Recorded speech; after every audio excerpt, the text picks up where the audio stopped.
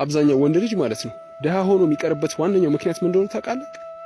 መስራት ባለበት እድሜው ፍቅር ውስጥ ይገባል።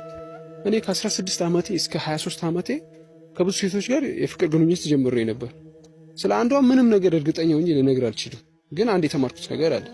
ሴቶች 3 ስቴፕ አላቸው በህይወታቸው ፍቅር ውስጥ የሚገቡበት። የመጀመሪያው ከ16 ዓመታቸው እስከ 19 ዓመታቸው የትኛውንም አይነት ወንድ ሊያፈቅሩ ይችላሉ። ጎበዚውን፣ ሰነፍ፣ ቆንጆ፣ አስቀያሚ ማተር አያደርግም። ብቻ በስሜት ብቻ ያፈቅሩታል።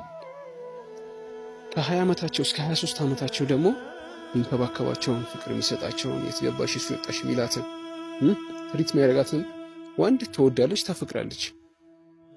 ዋናውን ኢምፖርታንት ነገሩ ሶስተኛው 24 ዓመት ሲሞላት ወይ 25 ዓመት ሲሞላት በምንም አይነት ጊዜዋን ዌስት ማድረግ አትፈልግም። ስለዚህ የዛን የምትመርጠው ምን አይነት ወንድ ነው? ስለ ቢዝነስ የሚያወራ፣ የራሱ ቢዝነስ ያለው፣ ገንዘብ ያለው፣ ሊያስተዳድራት የሚችል